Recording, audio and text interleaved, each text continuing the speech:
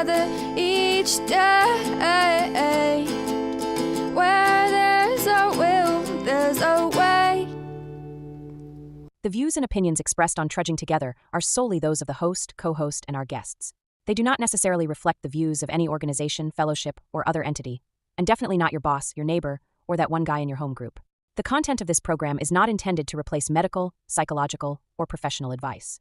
If you're looking for that, please seek guidance from qualified professionals who spent way too many years in school. What you'll hear here is based on lived experience, recovery journeys, and the occasional bad coffee-fueled joke. Trudging Together is not affiliated with any 12-step fellowship. We are simply people sharing our stories and walking this path together, one day at a time.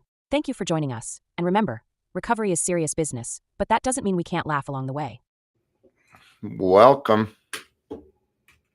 A Trudging Together update. Naps are good. Naps. Did not change it. Oh, that's why I didn't do it. Okay. Oh, well. The graphic wasn't correct.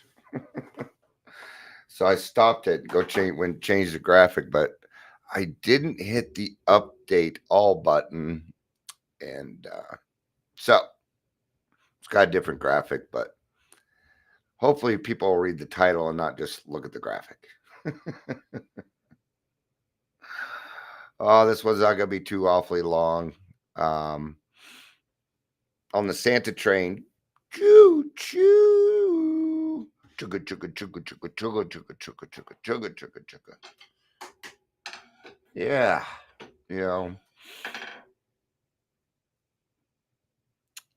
working on simplifying my life. Ugh. Amber says she's so effing excited. Yeah. Christmas is a fun time, man.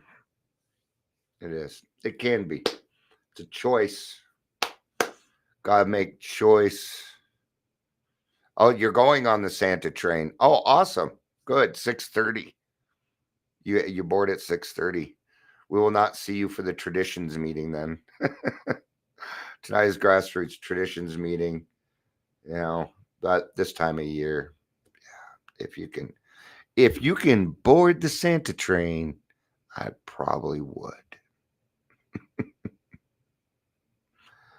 Oh, so what am I getting ready to do? Because I don't totally know. I figured somebody was going to tell me what to do. I mean, I hang out with a bunch of alcoholics. Welcome to the Daily Trudge. I'm Dion. Yeah, that's me. Probably heard my name around. Hey, you ever listen to that Dion dude? Who the fuck is that? Well, that'd be me. That'd be me. If you're here, please say hello. Please, I beggeth of you, say hello.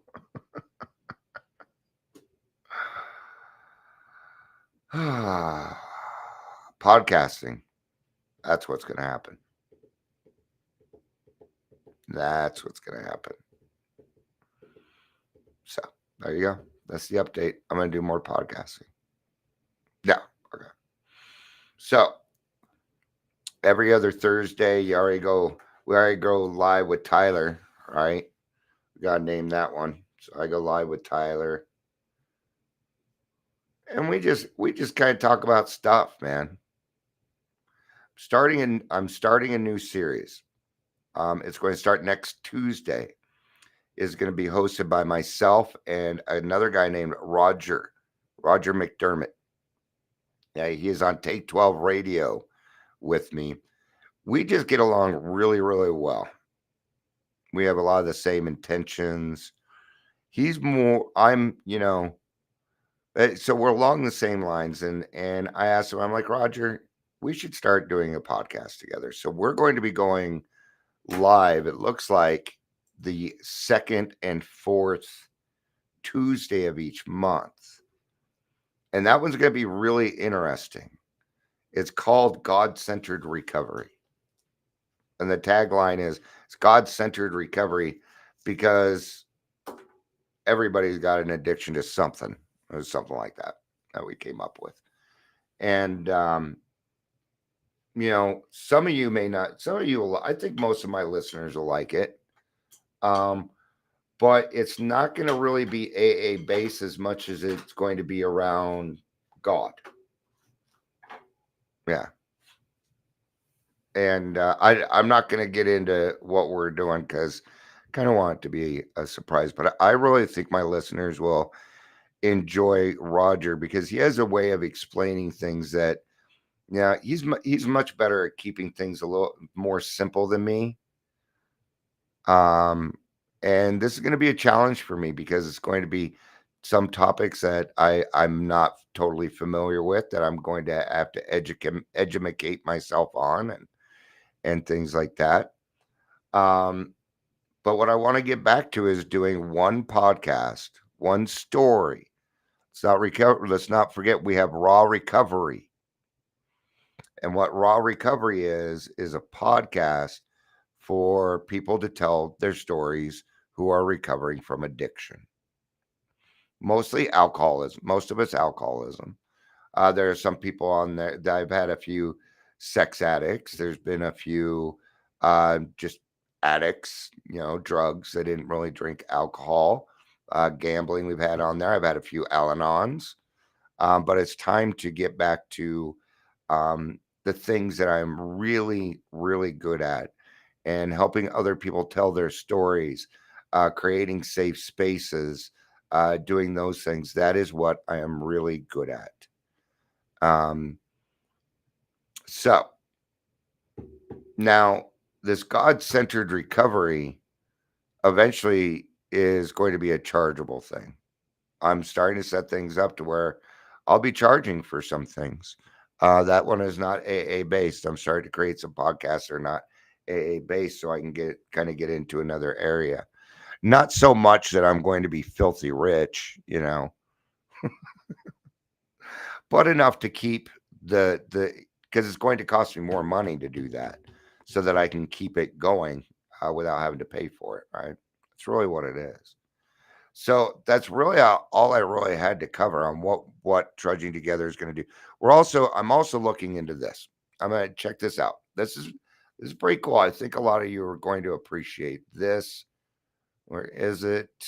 These guys right here came to believe recovery. Now, what they do is they have people. What they do is they sit down and they go through the steps They go through all 12 steps in 3 days. Now, unfortunately, in order to do this, they do have to charge a little bit. Yeah, I don't appreciate Christmas mocktails. I'm going to this one right here. The 2 days and 12 steps to jumpstart your recovery. I'm gonna go check it out. It's $50. That's not much, but it's got to, they got to cover their stuff. And I guess you get things like so. I'm trying to spread out a little bit more, trying to discover more things that work, things that will help people. If it means I need to spend a little bit of money in order to get that information, then I'm willing to do that. So if you want to join that, maybe we could kind of do it as a group. But what I'm going to do is I'm going to take that, okay, and I'm going to present it to these people right here, the Salvation Army, right? So I called the Denver Harbor Light Center, left a message with the outreach person, wait on them to call me back, and we'll see what we could do. Maybe we can bring some AA meetings to them. Maybe they need some recovery coaches. But more than anything, what I'd like to do is be able to utilize them for people coming out of detox who are looking for treatment. Salvation Army has always been very, very big on the 12 steps. But the men's recovery had to shut down for a little bit because people were being silly. Instead of teaching the steps, instead of really helping people, what they did is they took the money and they started teaching them boxing. And homeless people don't need to learn how to box. It was extremely unthinking, right? So I am going to kind of keep up on advocating and what we do out here. But everything that we do kind of needs to be a community affair. And I'm not sure what God has planned for me. I'm not sure what God has planned for all of us. A few weeks ago, I was offered a job, still waiting to hear on that. But, and I might take that. It's a part-time outreach position to get paid for what I'm already doing. I'm not going to have to add much more on. So, what am I asking? Why am I doing this? Okay. Well, I need speakers. I need speakers. If you know somebody, maybe you know somebody that does want to tell their story, but they don't want to tell it in front of a crowd, or maybe they do want to tell their story and they love telling their story. Maybe it doesn't matter the situation. If you think that they would be a good fit on my show, please send them my way. Send it, give him my say, hey, go listen to this guy. He won't, he's looking for speakers right now. I think he'd be a good fit. When we approach people and say, I think you'd be a good fit, would you be willing to do this? They usually end up booking something. All right. Now, the over exuberant people, those are people that usually want to tell their story, but aren't quite ready yet. It's usually best to tell your story after you have completed the steps. Okay. And since we all kind of go through the steps at varying rates and times, Amber told her story. She had less than a year. It turned out great, but she had completed the steps. It was cool with her sponsor, so we did it. Turned out great. Right. So if you know people that would like to share their story and don't mind being on a podcast, please send them my way. I need them. I need them. For a while, there was about 2 years there. I had somebody who actually they were a speaker seeker for me, and they brought me great speakers, but they started abusing the position and kind of got out of control. And I kind of had to let them go. They did a really good job at that. So, uh, in order for this to work, I need people's help. So you guys know some great speakers. I'm sure that you do. Okay. But I've run out of friends and family to ask. I'm going to ask another person I met today. And it's often I do ask people and they're like, yes, they don't seem to follow through. I don't know if they forget. Maybe I didn't present it right. It could be a few things. Right. But I don't think it's, I don't want to be on Dion's show. And even then it's not my show. Raw recovery is much different, and I'll watch podcasts here and there just because I want to see how other hosts are doing it. And what I've noticed is that the host will end up dominating the conversation because it's their show and they want to be the center of attention. And I get that. I do. I understand that because I like being the center of attention. That's partly why I do this, right? But that was something I noticed a long time ago, and it used to be Raw Recovery with Dion Miller, special guest, whoever was speaking, right? Like, so Dion, Raw Recovery with Dion Miller, special guest, Amber R. I'm like, wait a minute.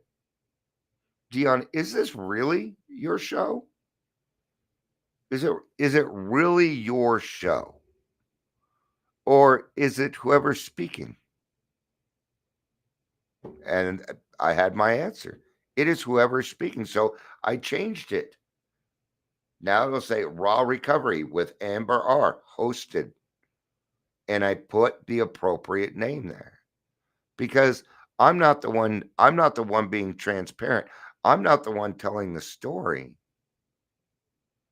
I'm not the one opening myself up at that point. It is them. So since I switched the role to the speaker being the number one person on the show, it becomes theirs. So I don't determine what happens. See, when you host something like that, when you interview people, one of the things that they teach you is that you got to stay in control of the conversation. Okay? Nah. Nah. The other thing that I do, actually, there's a thing that I don't do. I don't edit. I don't edit. In fact, I was just talking to Roger about that. And I told him I do not edit. And here's the reason why. Here is why. Let's say we're doing a podcast, we're doing raw recovery, and kid comes in and asks if they can have cookies. Oh no, we're being interrupted.